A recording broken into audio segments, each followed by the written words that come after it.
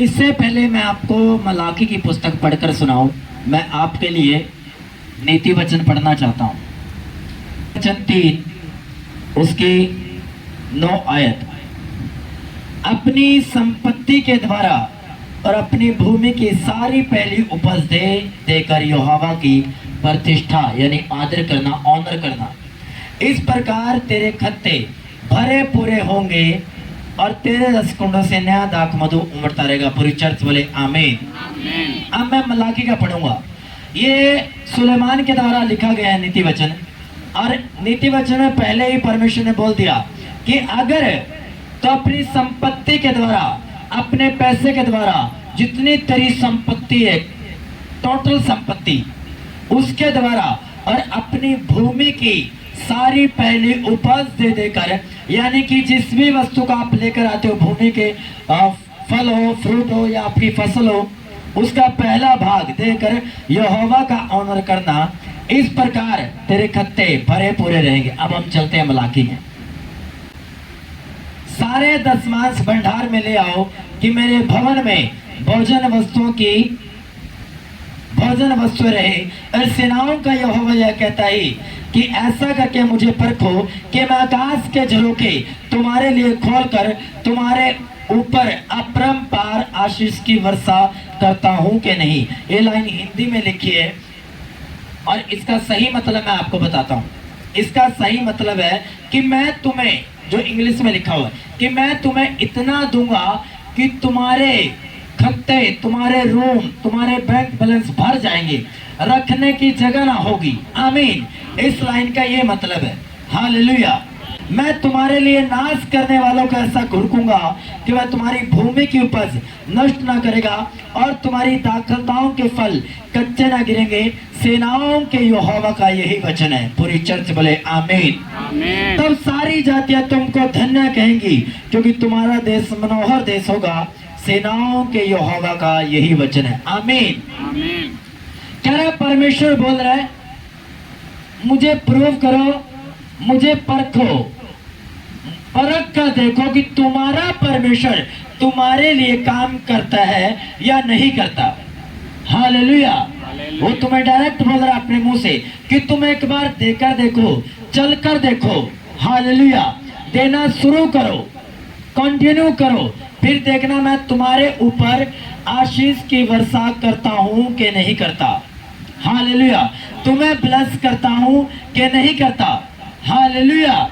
लेकिन हम पहले ये विचार करके बैठ जाते हैं कि नहीं, मैंने तो किस्तें इतनी देनी है, मैंने तो कर्जा देना है, अगर मैं अपना थोड़ा सा जो कमा रहा हूं, अगर इसका मैं 10% दूंगा तो मेरी किस्तें पूरी नहीं होंगी। हालेलुया। मेरा गुजारा कैसे चलेगा? आपके माइंड में पहले ही आ जाता है। लेकिन आप इस वचन को भूल जाते हो कि परमेश्वर ये बोल रहा है कि तुम मुझे देकर देखो, मैं तुम्हारे ऊपर अपरंपार बारिश की वर्षा करता हूं कि नहीं करता। आमीन। हालेलुया। हालेलुया।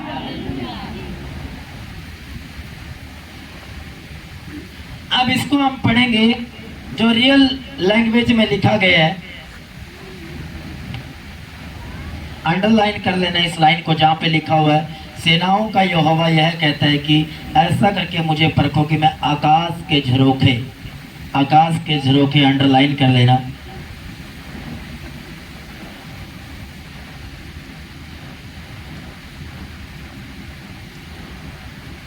झरोखे जो है वह शब्द है, झरोखे शब्द, इसका आप लिख लेना। ये इब्रानी भाषा का 699 शब्द आपको समझ आएगा फिर। हालेलुया।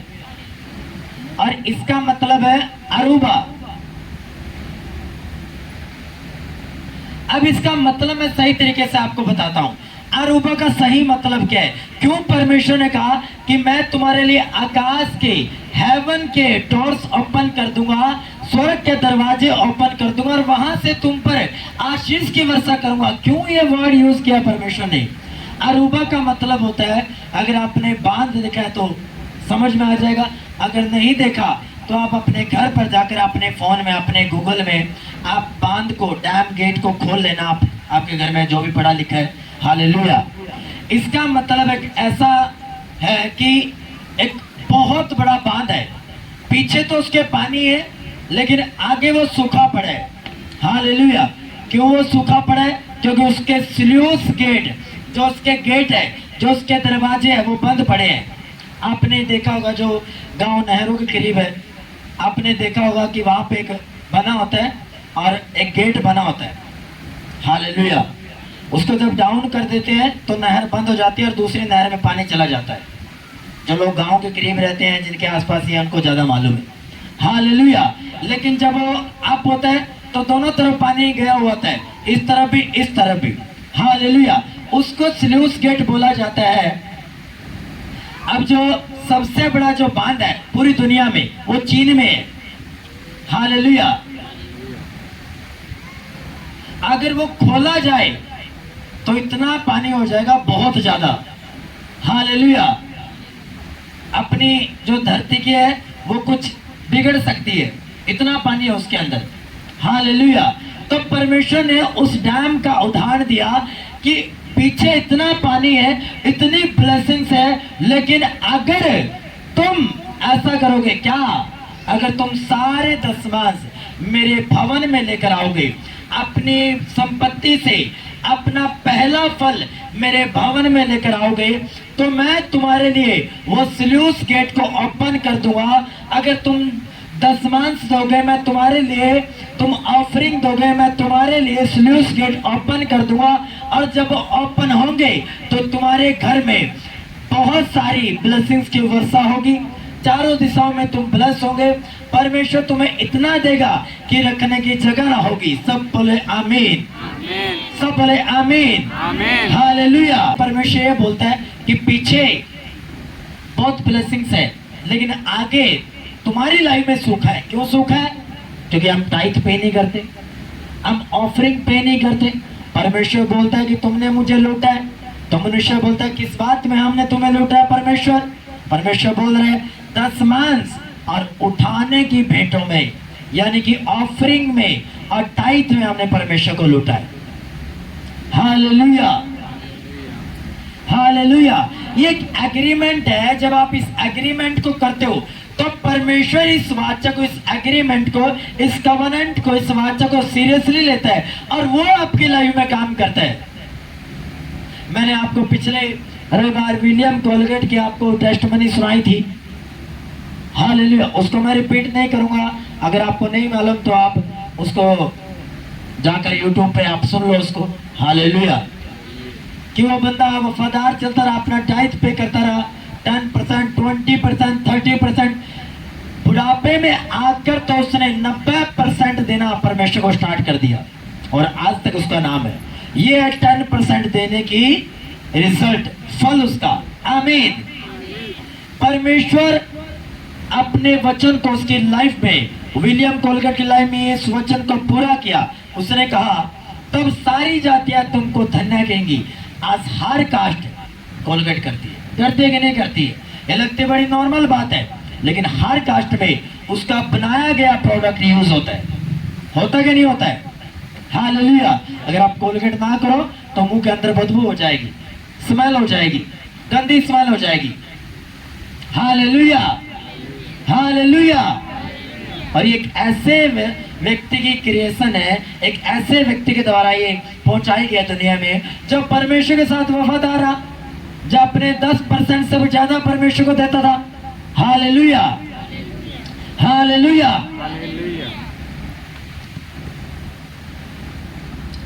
मेरे स्पिरिचुअल फादर एक गवाही सुना रहे थे आज से कुछ महीने पहले एक मीटिंग में।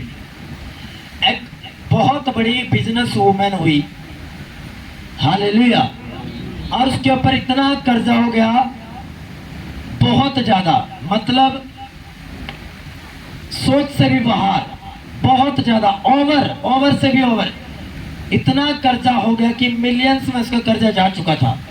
और जब वो अपने मैनेजर से बात करती थी, जो उसके सीए होते थे, वो बोलते थे अगर हम सारी लाइफ भी कमाएं डबल तो भी हम इस कर्जे को नहीं दे सकते। हालेलुया। उसको खुदा का कोई जन मिला या खुदा कोई दास मिला, उसने कहा कि ये बुक है कि जो स्कॉलर्स होते हैं बड़े बड़े, बाइबल से वचन पाकर, ज्ञान पाकर वो अपनी बाइबल लिखते हैं, अपना पुस्तकें लिखते हैं, अपनी बुक लिखते हैं, जिनके अंदर उनके अनुभव होते हैं।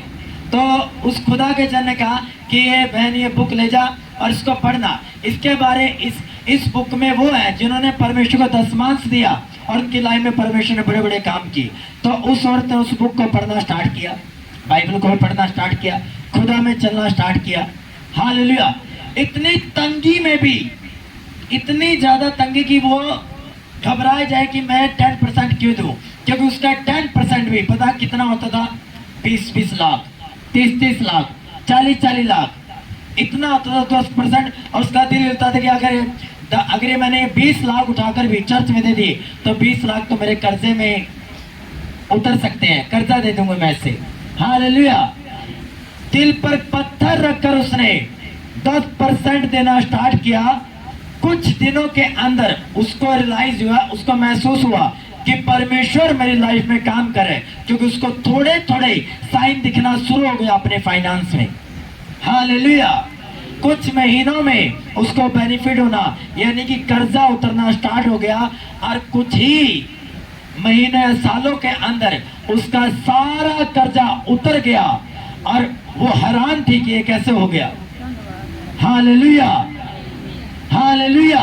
मिलियंस में जो उसका कर्जा था वो टाइट पे करने से उतर गया, और उसने फिर परमेश्वर से और वाचा बांधती की कि परमेश्वर मैं तुम्हें डबल देती जाऊंगी। और उसने भी यही काम किया कि 10% से 20% वो करती गई, और 10% से ज्यादा उसने बोया अपनी लाइफ में। आमीन, हालेलुया, हालेलुया। कोई आम बात नहीं है कि जो जिनकी आमदनी बिलियंस में होती है, ट्रिलियंस में होती है, उनको भी जब 10% देना पड़ता है, जब उनका अभी हाथ तंगी में होता है, तो उनको भी थोड़ा सा लगता है कि भाई साहब मैं 10% बचा लूं, कोई बात नहीं, प्रभु जानता है मेरी मजबूरियां क्या है। प्रभु जानता है, सच में प्रभु जानता है कि तेरी मजबूरी क्या है, लेकिन प्रभु अपने वचन से बाहर नहीं जा सकता, यह भी आपको जानना पड़ेगा।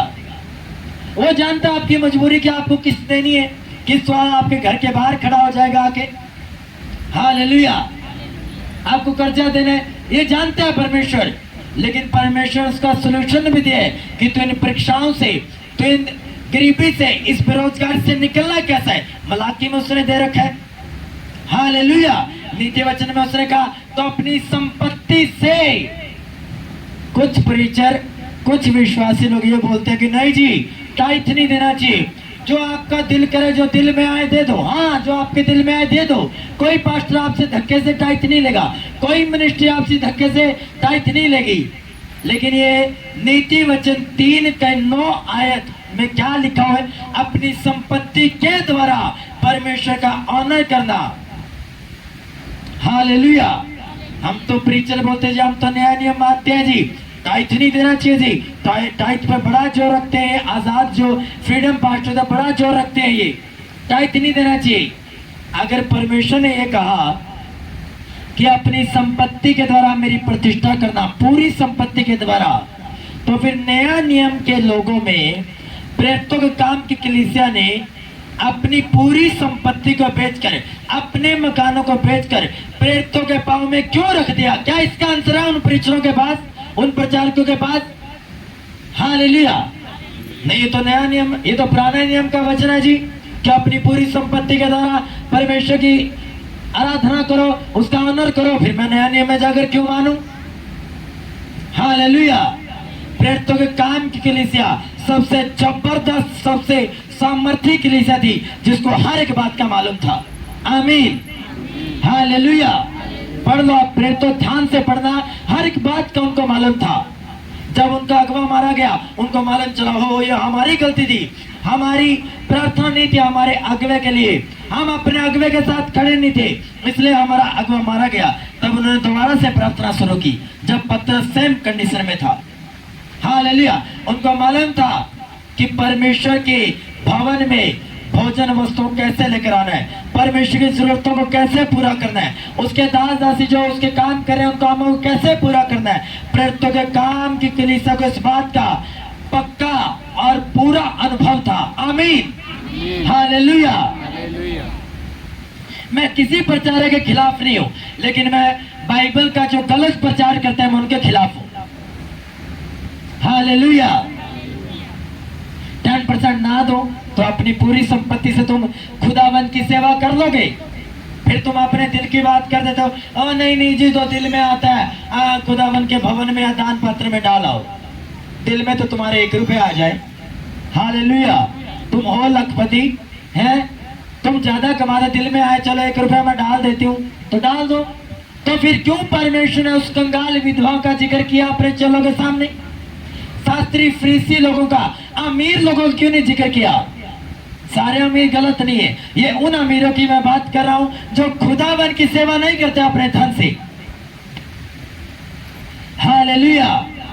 इसलिए तो कहा परमेश्वर ने कि तुम 2 स्वामी की सेवा नहीं कर सकते, तुम धन या परमेश्वर की सेवा नहीं कर सकते, तुम्हें एक का चुनाव करना पड़ेगा। हालेलुया। तुम परमेश्वर की सेवा करोगे तो तुम्हारे पास धन भी आ जाएगा। हालेलुया। टाइट देकर इस बात को आप परमेश्वर के सामने प्रूफ करते हो कि आप परमेश्वर से प्यार करते हो। आमीन। जब तुम टाइट नहीं देते तो कहीं ना कहीं तुम्हारा प्यार फीका पड़ता है इस बात के कारण। हालेलुया। क्योंकि तुम्हें लालच है, तुम्हें ये लगता कि मैं 10% नहीं देता तो भाई साहब ये मेरा कमाया हुआ है। तुम्हें घमंड है कहीं ना कहीं, तुम्हें खुदावंद से प्यार नहीं है। और जब तुम अपना पूरा धन ये बोलते कि परमेश्वर जो कुछ मेरे पास है सब कुछ तेरा ही है और तेरा ही दिया गया है। आमीन। हालेलुया। तब परमेश्वर अपने स्लूस गेट को आपके लिए खोल देगा और आपके ऊपर आशीष की वर्षा कर भी देगा। आमीन। हालेलुया। हालेलुया। रोएगा वो व्यक्ति ज्यादा, ऐसा 10% नहीं देता, ऑफरिंग नहीं देता, ये तो टेंशन उसको ज्यादा होगी। हालेलुया। जो खुदावन के कामों को करने की टेंशन लेता है वो असलियत में टेंशन नहीं है, वो प्यार है परमेश्वर के लिए उसका। आमीन। हालेलुया। और जो 10% नहीं देते, ऑफरिंग नहीं देते और अपने काम का जो टेंशन लेकर बैठे हैं, असलियत में वो रियल टेंशन है। हालेलुया। तो उसका मालूम है मेरा 10% तो परमेश्वर के भवन में नहीं जा रहा है, इसलिए मुझे संघर्ष करना पड़ रहा है, मुझे तरले करने पड़ रहे हैं, मुझे लोगों से उधारी लेनी पड़ रही है, ज्यादा से ज्यादा लोन उठाना पड़ रहा है। हालेलुया। परमेश्वर अपने वायदों का सच्चा परमेश्वर है। उसने 9 आयत में कहा तू अपनी संपत्ति के द्वारा मेरा ऑनर कर।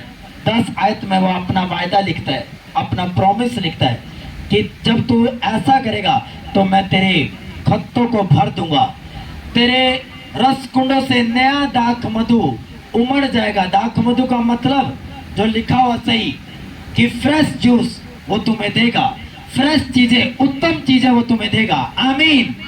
हालेलुया। अरे फ्रेश देने की वो तुम्हें वायदा करता है, उत्तम देने का तुम्हें वायदा करता है, लेकिन ये सारे वायदे तब है जब तुम परमेश्वर से प्यार करते हो और अपने धन को भी खुदावंत को सौंप देते हो। हालेलुया। कह रहा है परमेश्वर अगर तुम मुझे टाइट दोगे तो मैं तुम्हारे स्लूस गेट खोल दूंगा कि जिसके पीछे तो बहुत सारा पानी है लेकिन आगे सूखा पड़े। क्यों सूखा पड़े? क्योंकि हमने जो दशमांश की चाबी है वो स्लूस गेट में नहीं लगाई। हालेलुया। जब दशमांश की चाबी इसमें लग जाएगी तो वो गेट ओपन हो जाएगा और बहुत सारा पानी आपकी ओर बढ़ना शुरू हो जाएगा। आमीन। हालेलुया। जब मुझे इस वचन की समझ आई थी, जब मेरे स्पिरिचुअल फादर ने इस वर्ड का मतलब बताया था अरूबा के बारे में, उसके बाद हमने 20% देना स्टार्ट कर दिया था। हालेलुया। जितना मर्जी अगर हमें जरूरत है मिनिस्ट्री में, कम आया है लेकिन 20% हम तब भी देते हैं। हमें साउंड देने में ज़्यादा जरूरत थी लेकिन तब भी मैंने ये नहीं बोला कि 20% से 10% कर दो। हालांकि इसमें कोई नुकसान नहीं था हमारा, क्योंकि 10% तो जा रहा है, लेकिन हमें ज़्यादा बढ़ना है। हालेलुया। परमेश्वर डाले ना किसी के मन में कि कोई ये पर्सन है, उसके मन में परमेश्वर डाले कि तूने इस मिनिस्ट्री के लिए ये करना है। हालेलुया। अब जब हम कंटिन्यू लगातार 10% दे रहे हैं, 20% जा रहा है, 10% ऑफरिंग का जा रहा है, तो पता नहीं आज भी परमेश्वर किसके मन से, किसके दिल में मेरी मिनिस्ट्री के लिए डाल रहा होगा। आमीन, हालेलुया, हालेलुया।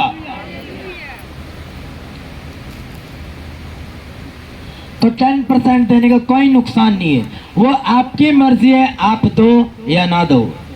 हालेलुया।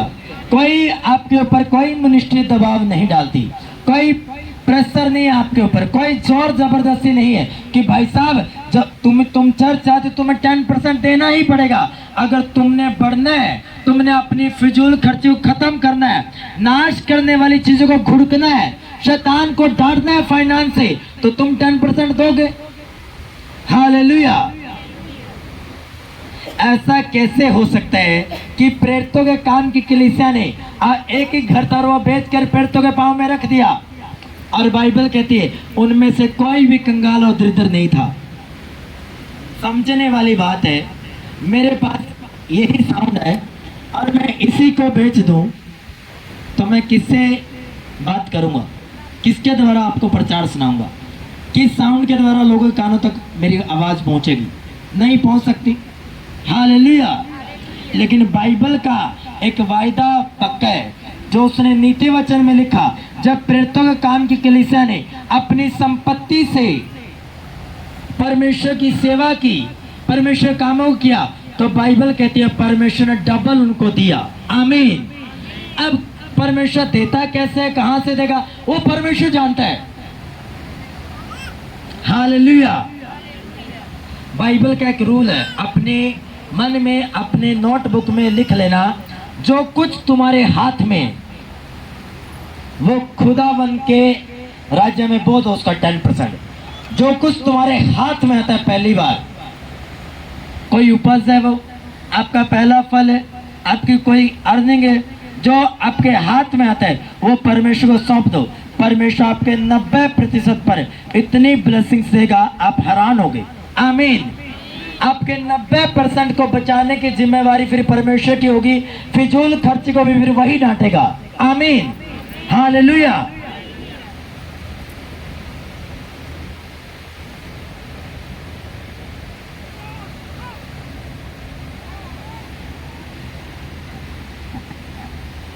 परमेश्वर ने कहा मैं तुम्हारे लिए नाश करने वालों को ऐसा घुड़कूंगा। नाश करने वाला कौन है? शैतान, फिजूल खर्ची, बीमारियां, ये आपका पैसा खा जाती है। हालेलुया। बहुत सी चीजों में आपका पैसा वेस्ट चला जाता है। कितने ऐसे बिलीवर्स हैं जो टाइट नहीं देते, शैतान पैसा भी आ रहा है उनकी लाइफ में, लेकिन एक दूसरे हाथ से जा भी रहा है। महसूस इसलिए नहीं हो रहा क्योंकि पैसा आ रहा है, लेकिन ये कभी नहीं बैठकर सोचेंगे भाई साहब जितना तो कमा रहे हैं उतना ही तो जा रहा है। बरकत कहाँ है? बरकत उसको बोलते हैं कि अगर तुम थोड़ा भी कमाते हो तो थोड़ा ही तुम्हारे घर में रह जाए बिना फिजूल खर्ची का, वो बरकत है।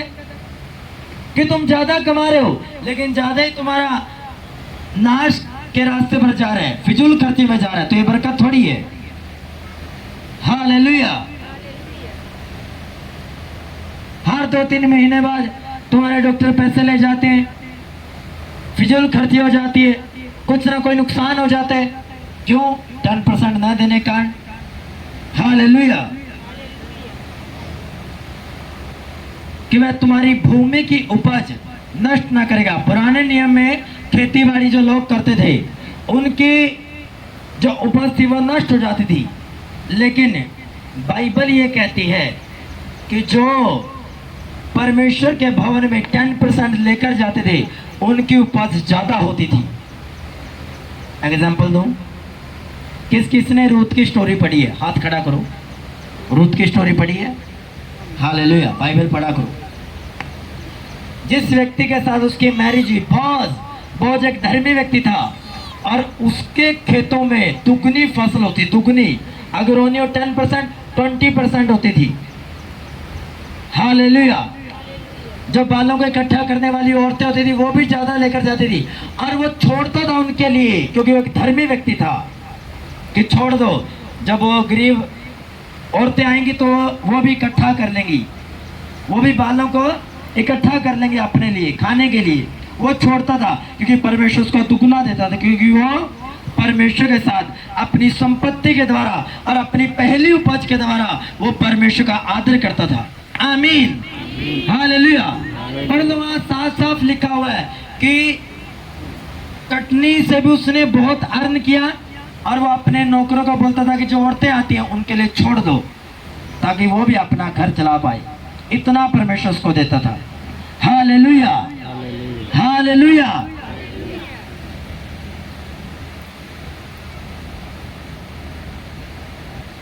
अब जब बोने की बारी आती है तो भाई साहब का विचारधारा क्या होती है? 50% विश्वासियों की कि प्रभु जब तू मुझे देगा तब मैं तुझे दे दूंगा। ये 50% विश्वासियों की बातें हैं कि प्रभु थोड़ा ही है, जब तू मुझे देगा तो मैं तुझे भी दे दूंगा। अरे परमेश्वर ने कहा, उसने साफ साफ नया नियम में लिख दिया कि जब तेरे पास थोड़ा है, जब तू उसमें विश्वास योग्य रहेगा तो मैं तुम्हें बहुत सा भी दे दूंगा। जब तू मेरे साथ 100 रुपये में ईमानदार नहीं है, मैं कैसे तुम्हें 500 दे दूं? जब तुम 500 में ईमानदार नहीं है, मैं कैसे तुम्हें 5000 का काम दे दूं? हालेलुया। अगर संडे को आपको काम आता है, मत सोचो कि परमेश्वर वो आपको काम दे रहा है। वो शैतान की ओर से है, वो परमेश्वर की ओर से नहीं है। क्रिश्चियंस लोगों की लाइफ में। हालेलुया। क्योंकि परमेश्वर अपने वचन से बाहर नहीं जाता।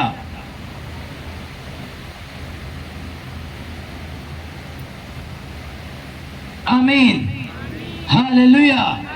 कि जब प्रभु मेरे पास होगा तो मैं तुम्हें दे दूंगा। भाई साहब, अगर तुम इस नेचर के बंदे हो, इस विचारधारा वाले व्यक्ति हो, तुम्हारा हाथ तब भी तंग रहेगा जब तुम्हारे पास ज्यादा होगा। ये गारंटी है, लिख लो मेरी बात। अगर अभी मान लो मेरे पास थोड़ा है और मैं बोलूं प्रभु जब तू मुझे देगा तब मैं दे दूंगा। प्रभु अभी मैं इतना कमाता हूं, मेरी 3000 किस्तें जाती है, मेरे बच्चों की फीस जाती है जी, मुझे ये करना है प्रभु, बस 10 रुपये होते हैं वो मैं डाल दूंगा जाके। हालेलुया। 50 रुपये होते हुए मैं डाल दूंगा जाके। हालेलुया। बात 10 या 50 की डालने के लिए वो योग्यता के अनुसार है। हालेलुया। बात ये कि परमेश्वर आपको दे रहे तो वो आपका खुद का नहीं है, वो परमेश्वर का ही है। आप उसमें से इसलिए हिस्सा देते हो परमेश्वर को ताकि आप अपने प्यार को जाहिर कर पाओ। हालेलुया। अब्राहम ने अपने प्यार को जाहिर किया मलिकिसदिक याजक को 10% देकर, और इसी तरीके से याकूब भी, उसका पोता भी चला। हालेलुया। कि खुदावंद जो कुछ तू मुझे दे रहा है उसका मैं 10% तुम्हें दूंगा। हालेलुया। थोड़े में से देना सीख लो तो परमेश्वर बहुत सी वस्तु भी तुम्हें दे देगा अपने आप। आमीन। पहले परमेश्वर के धर्म और राज्य खोज कर तो सब वस्तु भी तुम्हें अपने आप मिल जाएगी। पहले उसके राज्य को बढ़ाने की ठान लो तो खुदावन तुम्हारे भी रास्ते अपने आप साफ कर देगा। आमीन, हालेलुया। आज शायद तुम्हें ये बातें नॉर्मल लगती हो कि नहीं जी कोई बात नहीं है, ऑफरिंग देते जाएंगे, 10% देने की लोड़ नहीं है। हालेलुया। अब ऑफरिंग के मामले में भी क्या है, तुम जितना दोगे उतना तुम काटोगे, जितना बोगे उतना काटोगे। तुम थोड़ा बोते हो तो तुम ज्यादा कैसे काट सकते हो? तुम थोड़ा ही काटोगे। तुम ज्यादा बोगे तुम ज्यादा काटोगे। अगर किसान ने एक खेत में बीज बोया है, हालेलुया, और वह चाहता है मुझे 5 एकड़ की फसल मिल जाए, क्यों? हालेलुया। उसको 5 एकड़ में ही बोना पड़ेगा जो उसने काटना है। तो जो आप काटना चाहते हो अपने जीवन में फाइनेंस से संबंधित, वो आप बीजों को बोकर ही काट सकते हो। हालेलुया। अब विश्वासियों ने बीज ही खा लिया। अब बीज खा लिया आपने तो आप पेड़ कहां से पाओगे? आप फिर प्रार्थना करते हो परमेश्वर सुलेमान की तरह मुझे भी धनवान बना। मुझे भी ब्लेस कर परमेश्वर, मेरे भी रास्तों को ओपन कर। और परमेश्वर सोच रहा है कि तूने अपना बीज खा लिया जिससे फसल पैदा होनी थी। हालेलुया। बीज आपका पहला स्टेप है। जब आपने पहला स्टेप पूरा कर लिया तो दूसरा पूरा करने में बड़ी आसानी होगी आपके लिए।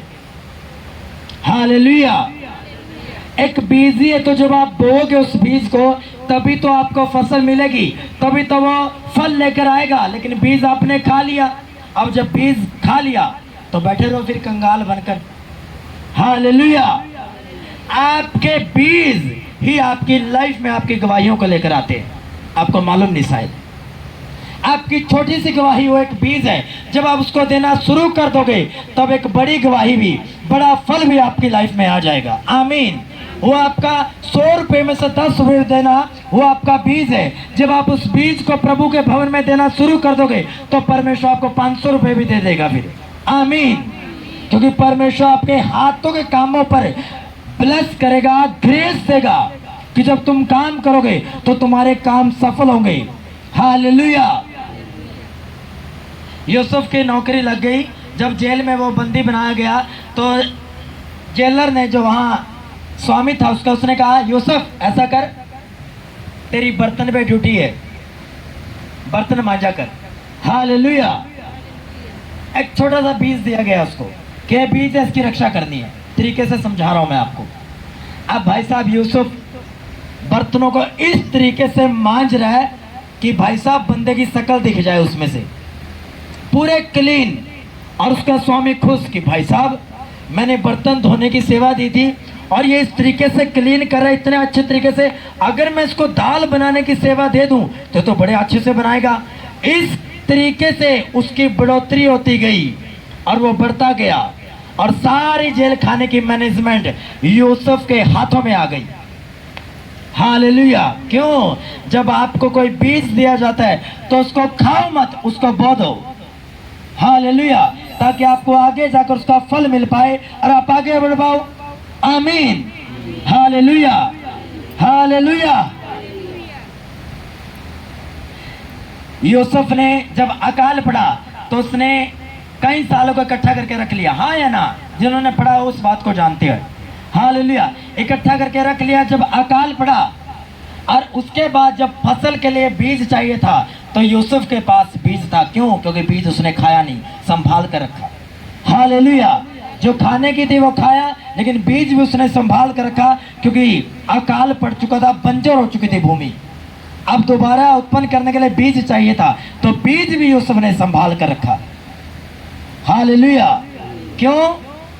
बीज को संभाला, टाइम आने पर उसको बो दिया और फल लेकर आया वो चीज। आमीन। अपने बीज को मत खाओ। ऐसा ना हो कि जब तुम बीज खा जाओ तो तुम्हारे लिए कोई भी रास्ता ना बचे, तुम्हारी फसल तुम्हें ना मिल पाए, तुम्हारे रिजल्ट तुम्हें ना मिल पाए। हालेलुया। एक किसान बीज खाकर अपनी फसल को नहीं ले सकता कि वो बीज तो खा जाए और बैठा बैठा सोचता रहे कि भाई साहब फसल हो जाए। 4 महीने गुजर गए, 6 महीने गुजर गए, फसल क्यों होगी? क्योंकि तूने अपना बीज जो खा लिया। हालेलुया। अपने बीजों को बो दो खुदावन के राजा के लिए ताकि तुम आगे बढ़ पाओ। आमीन। अपने लिए स्लूस गेट खुलवा लो बीजों को बोकर। ये तुम्हारे हाथ में है स्लूस गेट खुलवाना या ना खुलवाना। हालेलुया। परमेश्वर के हाथ में नहीं है ये कि वो आप 10% नहीं दे रहे तो धक्के से स्लूस गेट खोल देगा। वो तब तक नहीं ओपन करेगा जब तक आप उसके वचन को पूरा नहीं करोगे। और ये कवानेंट है जो अब्राहम ने बांधी थी। रूल भी नहीं बना अभी तक, तो मलाकी में पूरा प्रोटोकॉल बन के आया। ये व्यवस्था में भी परमेश्वर ने बोल दिया था, लेकिन मलाकी में पूरा एक एडजस्टमेंट तरीके से पूरा लिख दिया। लेकिन अब्राहम उत्पत्ति में बोल रहा है कि परमेश्वर सारी वस्तुओं का उसने मलिकिस्तिक याजक को, जो यीशु मसीह बताया गया, उसको उसने 10% दिया।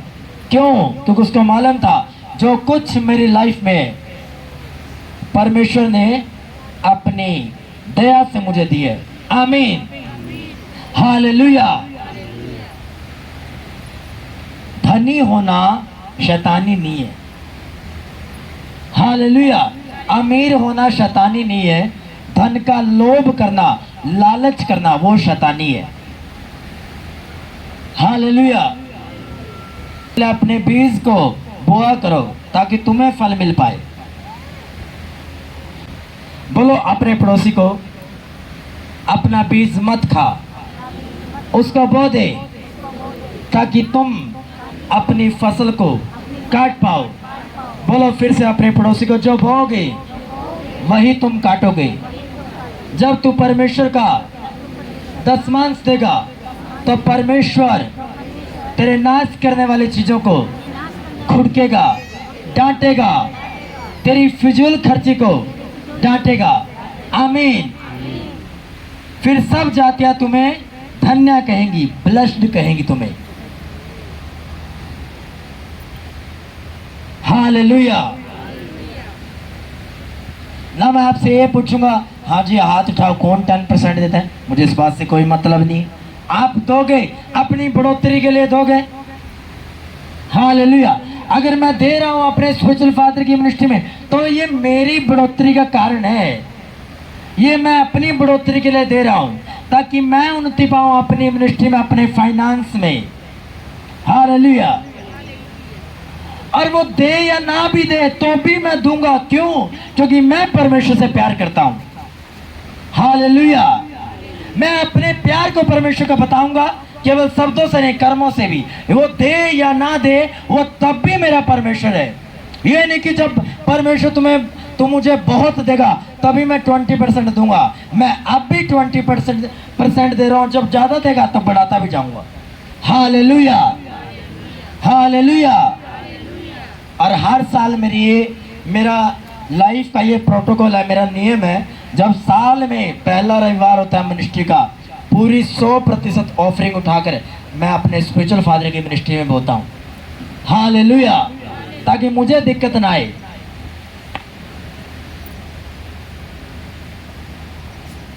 बोने के बहुत तरीके हैं। जब कई मैन ऑफ गॉड लंबे रूट पर जाते हैं, किसी गाड़ी पे या अपने किसी वाहन पे या किसी भी साधन से, तो वो बोकर जाते हैं। इससे पता क्या होता है?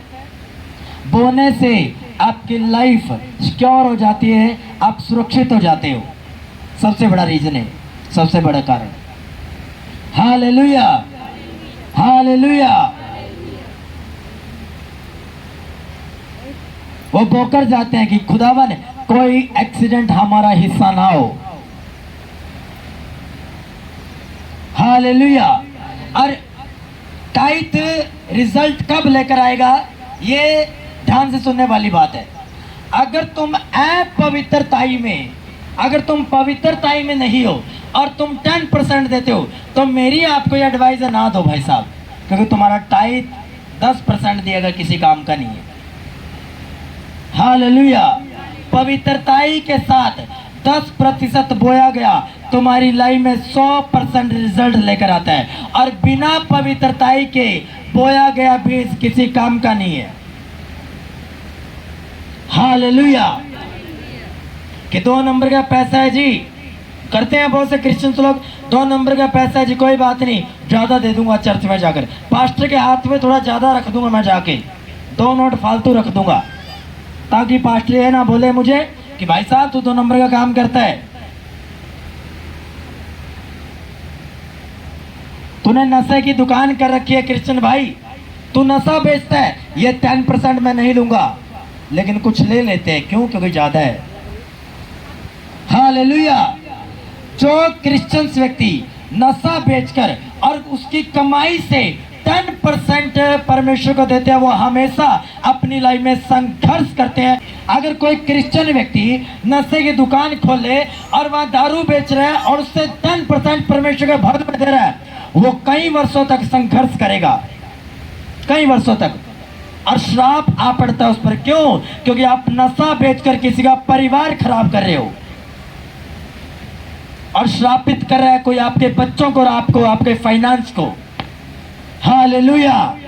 कि कोई औरत है जो आपको श्रापित करे, कोई परिवार है जो आप श्रापित करे आपको कि भाई साहब किसने तुम्हें दारू पिलाई, उसके बच्चे मर जाए, फलाना हो जाए, ढमकाना हो जाए। हालेलुया। हाँ, दारू बेचकर पैसा बड़ा कमा लोगे तुम, धनी बाबू बन जाओगे तुम, धनवान हो जाओगे तुम, धनी व्यक्ति बन जाओगे, लेकिन तुम श्राप भी उतने ही लोगे अपने परिवार के ऊपर, अपनी फैमिली के ऊपर, अपने बच्चों के ऊपर। हालेलुया, ये बिब्लिकल है। हालेलुया। 2 नंबर वाला कितने साल तक सुखी रह लेगा, कितने महीनों तक सुखी रह लेगा? भाई साहब, जब लेखा तुम्हें देना पड़ेगा, जब श्राप तुम पर आएंगे तो तुम्हें उसका भुगतान भी करना पड़ेगा, क्योंकि 2 नंबर का काम ज्यादा सालों तक चलने वाला नहीं और ना ही चलता है, वो निकल जाता है किसी न किसी रास्ते से। हालेलुया।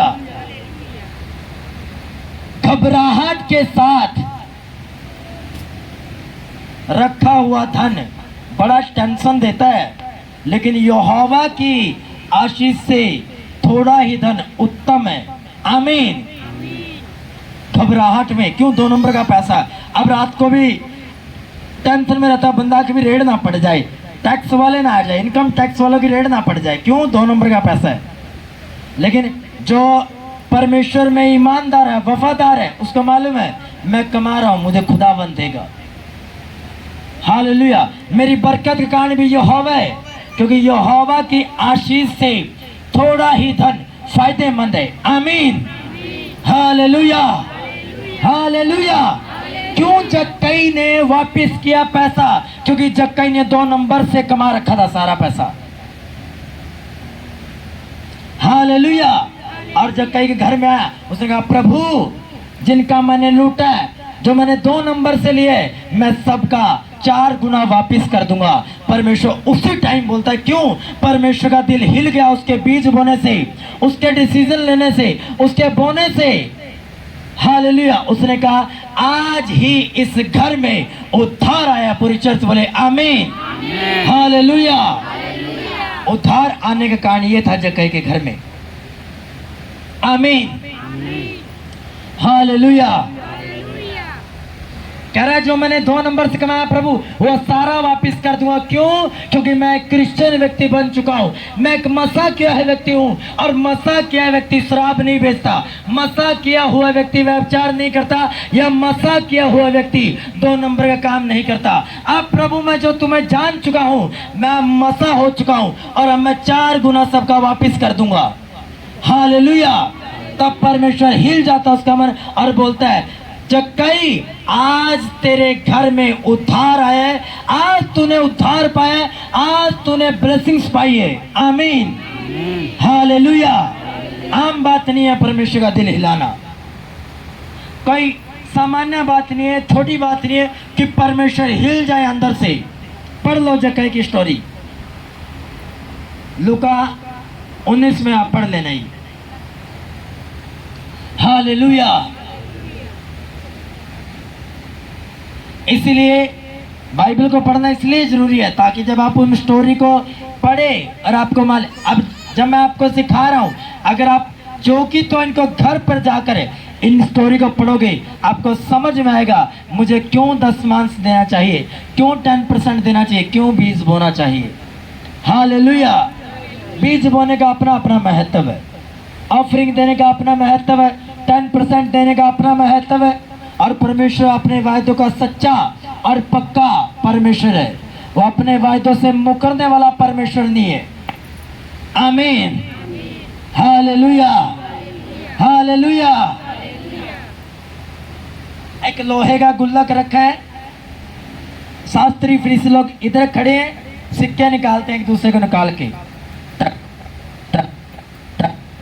अब एक दूसरे को दिखा रहे हैं कि मैंने भाई साहब 8 सिक्के डाले हैं। अब उसका दोस्त है, तूने 8 डाले, मैं भी तो धनी हूं, मैं 9 डालूंगा। एक दूर से बेचारी बुजुर्ग औरत, एक बूढ़ी औरत, एक भिखारी औरत आती है। हालेलुया।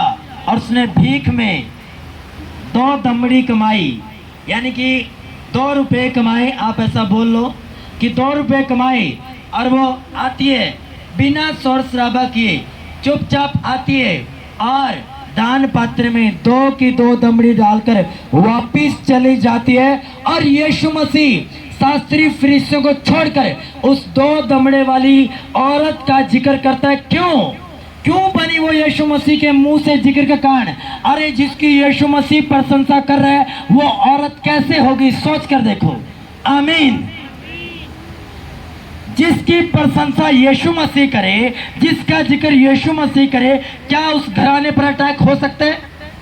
क्या उसको कोई विरोधी ताकत मार सकती है? जिसके साथ परमेश्वर खड़ा है, जिसका जिक्र परमेश्वर करता हो, क्या शैतान उसको छू सकते हैं? नहीं छू सकता, जब तक परमेश्वर अलाउ ना करे। Hallelujah, hallelujah. और परमेश्वर अपने चेलों को बोलता है कि देखो, उसने सारा दिन में 2 ही दमड़ी कमाई थी और अपनी घटी का वो सारा बोकर चलेगी। और एक ये लोग हैं जो बहुत हैं, लेकिन बहुत में से लाखों कमाते हैं, लेकिन बस 10 रुपए डाल के चले गए। बात योग्यता की है। हालेलुया। कि आपकी योग्यता कितनी है? आप बढ़ती में से बढ़कर बो। हालेलुया। और उसने घटी में से सारा बो दिया।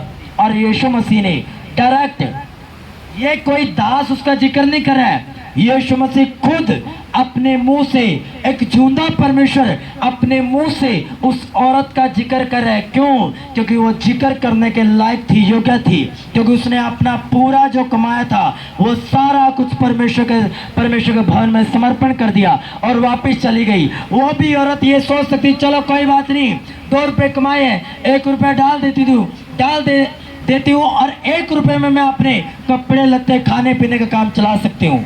बट उसने ऐसा नहीं सोचा। 2 दमड़ी कमाई थी, 2 की 2 परमेश्वर के भवन में डाल दिया। आमीन, हालेलुया। तो जिसका यीशु मसीह ने जिक्र किया, अब उसकी लाइफ बाद में कैसी हो गई होगी, आप सपोज कर लो, आप ये सोच कर देखना, आप इस पर मनन करना।